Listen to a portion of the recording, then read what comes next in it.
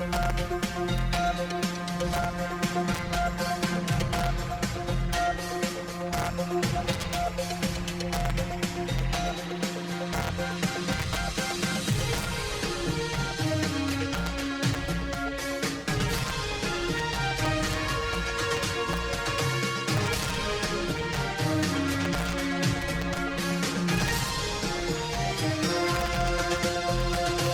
evening. Here is the news at 9. First, the highlights. Lagos State government begins crackdown on illegal mining and dredging. Economic and Financial Crimes Commission raises alarm over corrupt officials. On the foreign scene, Pakistan, Iran agreed to de-escalate tensions after exchange of drone attacks. In sport, Serbian tennis player Novak Djokovic moves into round of 16 at Australian Open. Now the details. I am Taiwo Baruwa.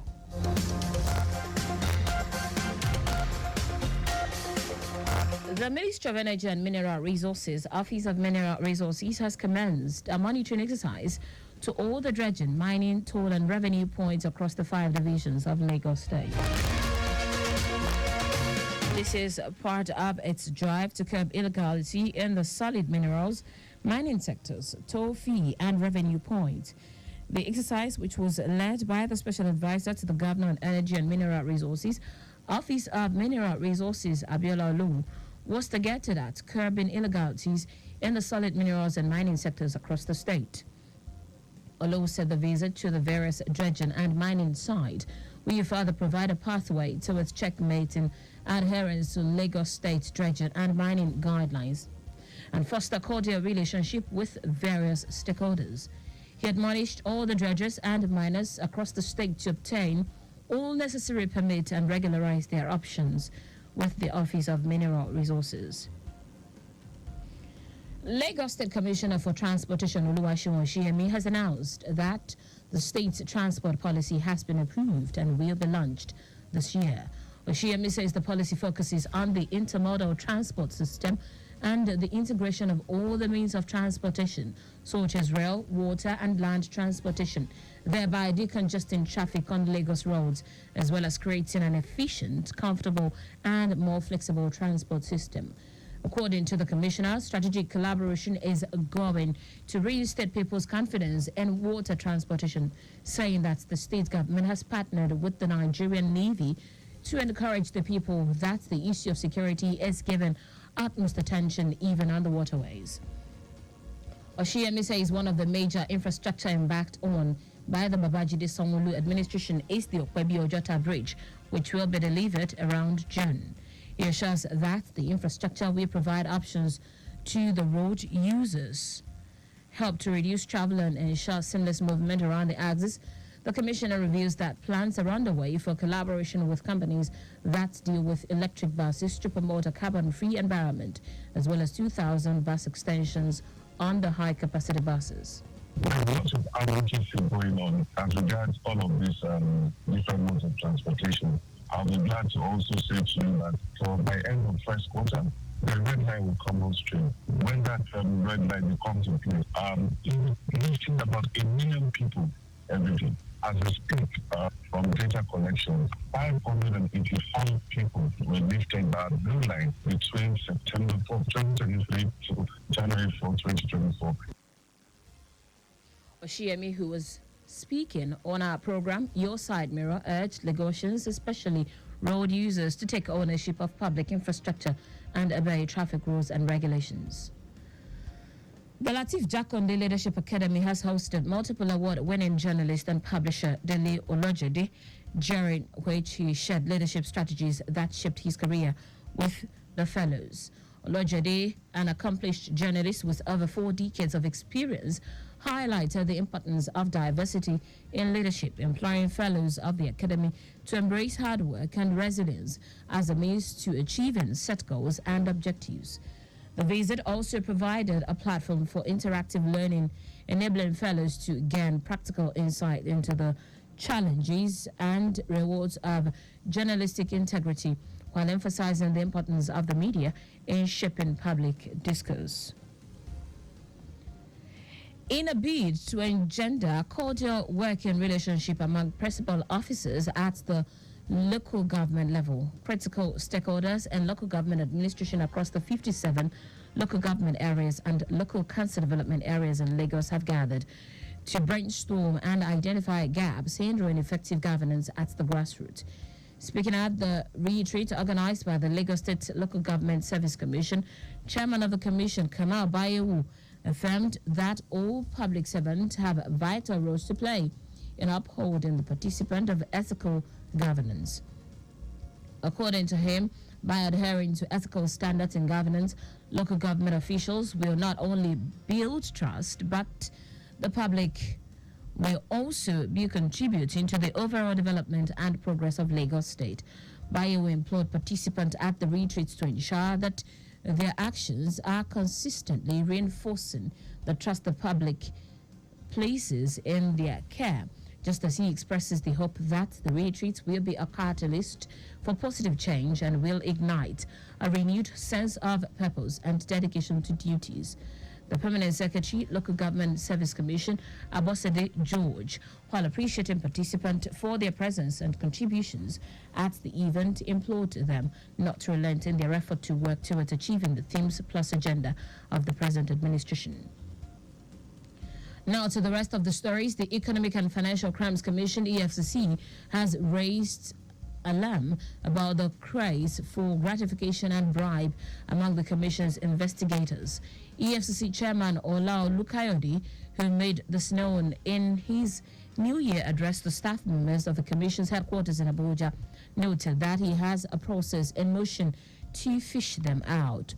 Olukoyede said public opinion about EFCC investigators is poor, describing it as an embarrassment for the anti-graft agency. He warned that such conduct will no longer be tolerated under his watch, vowing that he will wield the big stick against investigators taking bribes. The Defense Headquarters has increased its air and ground surveillance in the Federal Capital Territory, FCT, and its environs following the spate of kidnappings in the nation's capital. Director, Defense Media Operations, Boba Edward, in a statement, assured the resident that the military, in collaboration with other security agencies, were making frantic efforts to tame the rise in criminality in the FCT. Edward said technologies have also been deployed to easily detect the kidnapping gangs in their hideouts and enclaves. Over 15 persons have been abducted since the beginning of the year in the FCT. The federal government has announced the review of guidelines for recruitment into the civil defense, fire, correctional, and immigration services, saying henceforth 35% of recruitment into the services would be allocated to women. Minister of Interior Olubunmi Tunji-Ojo stated this at the end of the meeting of the Board of the Civil Defense, Fire, Correctional, and Immigration Services. Tunji-Ojo said the 35% allocation of slots to women was in line with the renewed hope agenda of President Bola Tinubu. According to the minister, the ongoing recruitment into the Federal Fire Service would be based on the new guidelines, which would focus largely on professionalism, gender mainstreaming, and federal character principles. He warned Nigerians interested in applying not to patronize scammers, saying that the government is already aware of some scammers who are asking for money for recruitment into the fire service. In foreign news now, Pakistan and Iran have agreed to de-escalate tensions after an exchange of missile and drone attacks, which raised fears of further instability in the region. Pakistan's Foreign Minister Jalil Abbas Jalani and the Foreign Minister of Iran, Hossein Amir Abdullahian, agreed that working-level cooperation and close coordination on counter-terrorism and other aspects of mutual concern should be strengthened. They also agreed to de-escalate the situation and the return of ambassador of the two countries to their capitals.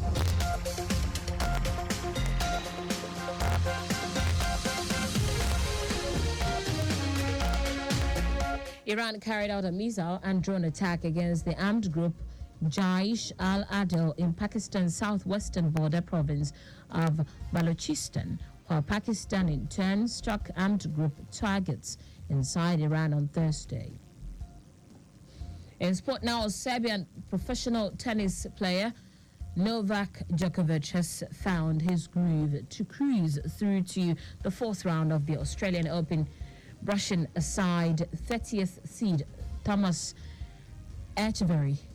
The 10-time champion needed 4 sets to progress in each of his first 2 matches against Dino Premic and Alexei Poprin, but was never in trouble against the Argentine, cruising to 6-3, 6-3, 7-6 win. He will face either French 20th seed Adrian Manarino or American 16th seed Ben Shelton in the last 16. The world number 1 has been under the weather in Melbourne, regularly blowing his nose during changeovers, and admitted he has not been at his best. And that's it on the news at 9. But just before we go, speed thrills but kills. Avoid excessive speed. You can follow us and like all our various social media platforms: X, formerly Twitter, Lagos Traffic 961, Instagram, Lagos Traffic Radio 961. Watch us live on Facebook, Lagos Traffic Radio 96.1 FM. On YouTube, subscribe and watch all our previous programs and news on our channel, Traffic Radio 961. Did you know that's the Sanwo-Olu administration began Community Tourism Initiative? You can get more details on the Lagos State Government website. To end the news, here are the highlights of the major stories. The Ministry of Energy and Mineral Resources, Office of Mineral Resources, has commenced a monitoring exercise to all the dredging, mining, toll and revenue points across the 5 divisions of Lagos State. The Economic and Financial Crimes Commission, EFCC, has raised alarm about the craze for gratification and bribes among the Commission's investigators. We also told you that Pakistan and Iran have agreed to de-escalate tensions after an exchange of missile and drone attacks, which raised fears of further instability in the region. And finally, in sports, Serbian professional tennis player Novak Djokovic has found his groove to cruise through to the 4th round of the Australian Open, brushing aside 30th seed Thomas Echeverry. For contact with the newsroom, send a message to Lagos Traffic Radio at lagostate.gov.ng. That ends the news broadcast compiled by Sadiq Yusuf. I am Taiwo Baruwa. Thank you for listening. Good evening.